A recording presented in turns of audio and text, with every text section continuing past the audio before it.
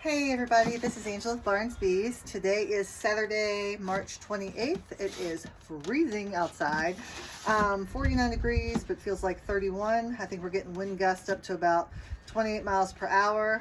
So glad I did not do my splits last weekend like I really wanted to. These temperature fluctuations they're crazy. I think after this weekend though, we are going to be evening out, and it should be a good time to do some splits because I've been waiting very patiently. But today's a good day to organize, get myself prepared, check my frames, make sure I have replacement frames, and talk to you all about these mini styrofoam mating nukes.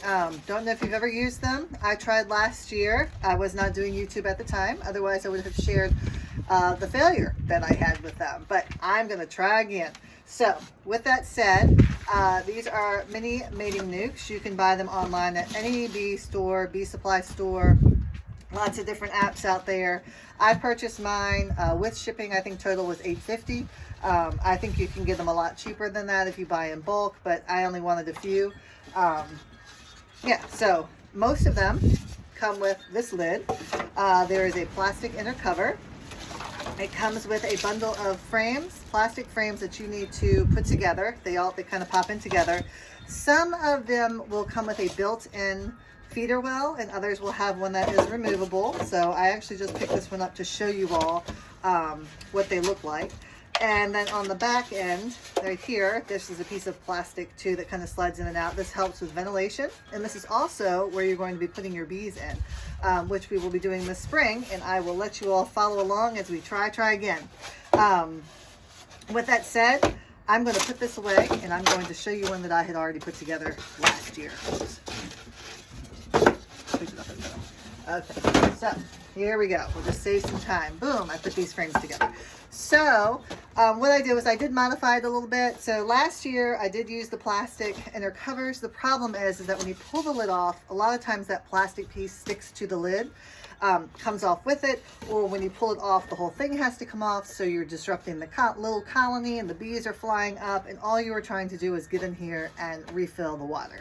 So what I decided to do is I took a piece of thick plastic and I have hot glued it right here down the center, so that will, the little line here that separates the water from the frames, and then that way when I go to pull my lid off, if I just want to refill it, it's right there. And what I also did was I included a piece of screen so they can have a little ladder so they won't drown.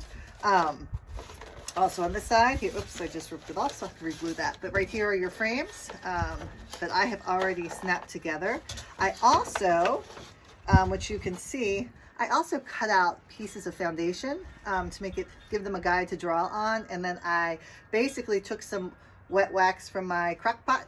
I have a crock pot designated only for wax melting and waxing frames, and I went ahead and I paint brushed it in, and it worked out well. They were able to draw some comb, as you can see here. That's just a little bit of wax melt that got in there. So they did draw comb, which was nice. I was unsuccessful for a few reasons, because I thought, wouldn't it be a great idea if I just used fondant instead of liquid feed? Because one of the complaints that I had read about was that the bees drowned, and even though it has this queen excluder right here that separates the feed from the frames, the queen was getting in and she was drowning too.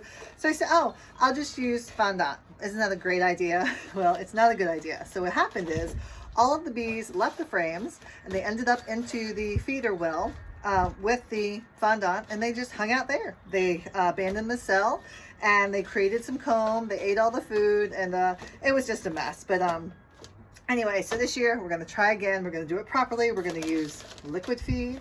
We're going to use this plastic that I glued on, and yeah, we're going to hope for the best. So with that said, I forgot to show you the entrance.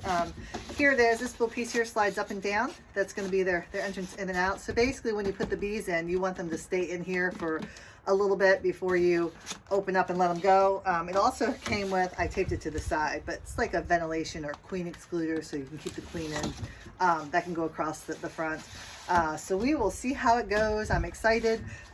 Didn't have a whole lot of success last year, but I normally use 2-frame, 3-frame, 5-frame queen castles. I'm going to do that again. They're tried and true, but there's something very alluring about using just a couple cups of bees in a queen cell to raise a queen. The other thing, if you notice, there's little bite marks in here from the wildlife. I guess I had it maybe a little bit too close to the ground. So so it does have some bite marks. I'll have to find a good place to put these guys. I think I'm going to try 3 this year. Like I said, along with my queen castles. So enjoy. Hope you all got something out of it. And thanks for watching. Okay.